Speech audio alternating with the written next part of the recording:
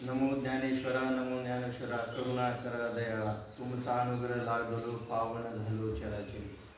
गुढीपाडव्याच्या शुभ मुहूर्तावर वैराग्यमूर्ती हरिभक्तपरायण आपल्या जिंतूर तालुक्याचं एक वारकरी रत्न आदरणीय श्री छगनबाबा टाकळीकर यांनी श्री क्षेत्र दहेगाव या ठिकाणी फिरता ज्ञानेश्वरी पारायण सोहळा चालू केला आणि आतापर्यंत 17 गाव त्या ठिकाणी आनंदामध्ये उत्साहामध्ये प्रत्येक गावामध्ये त्या ठिकाणी पारायण सोहळा आपला सुरू आहे आणि 18वं गाव हे तुमचं आहे.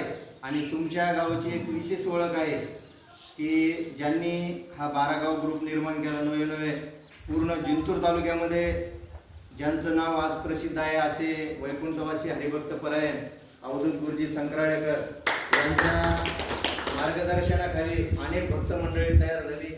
त्यांना देव भक्त आणि संत याचं ज्ञान अवधूत गुरुजीमुळं कळलेलं आहे. अशी गावाची ख्याती असणारं तुमचं हे पवित्र गाव श्री क्षेत्र संक्राळा आणि हनुमंतरायाच्या दरबारामध्ये आपण थांबलेलो आहोत.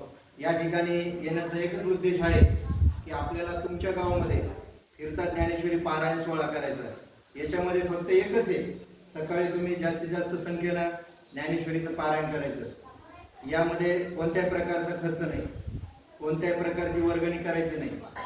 शेवटच्या दिवशी 7व्या दिवशी तुमच्या गावामध्ये फुकट कीर्तनकारी ठिकाणी येऊन कीर्तन करेल, भजनी मंडळ येतील, वादक मंडळ येतील, कोणाला रुपये सुद्धा लागणार नाही. खायला शेवटच्या अन्नदानाचा प्रश्न तुम्ही काहीच करायचं नाही.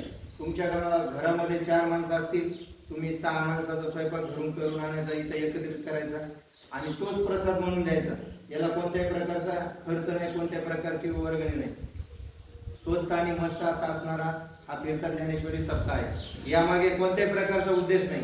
हा कोणाच्या नावासाठी नाही, हा म्हणजे पैसे कमवण्यासाठी नाही. आणि विशेष या सोहळ्याचं महत्व आहे, आपली जी पालखी आहे त्या पालखीमध्ये ज्ञानेश्वर महाराजांची पवित्र ग्रंथ असणारा ज्ञानेश्वरी आहे, ज्ञानेश्वर महाराजांचा फोटो आहे. आळंदी या ठिकाणी आपण पादुका तयार करून त्याच्यावर अभिषेक करून ते पालखीमध्ये स्थानपण केलेलं आहे. आणि पालखीमध्ये कोणत्याही प्रकारची पेटी नाही. आणि पालखी तुमच्या गावामध्ये आल्याच्या नंतर त्याच्यावर तुम्ही 1 रुपया सुद्धा व्हायचा नाही. म्हणजे पैशाचा आणि आमचा कुठंच संबंध येणार नाही. कारण सिद्ध संकल्पाचा दाता नारायण, ज्यांनी हा संकल्प केलेला आहे छगनबाबा टाकळीकर यांना म्हणजे घर नाही, विश्वची माझे घर नाही. त्यांनी धनसंचय केला नाही, आयुष्यामध्ये कोणत्या प्रकारचा मठ बांधला नाही आणि एकदम सुद्धा असा प्रमार्थ त्यांनी केलेला आहे.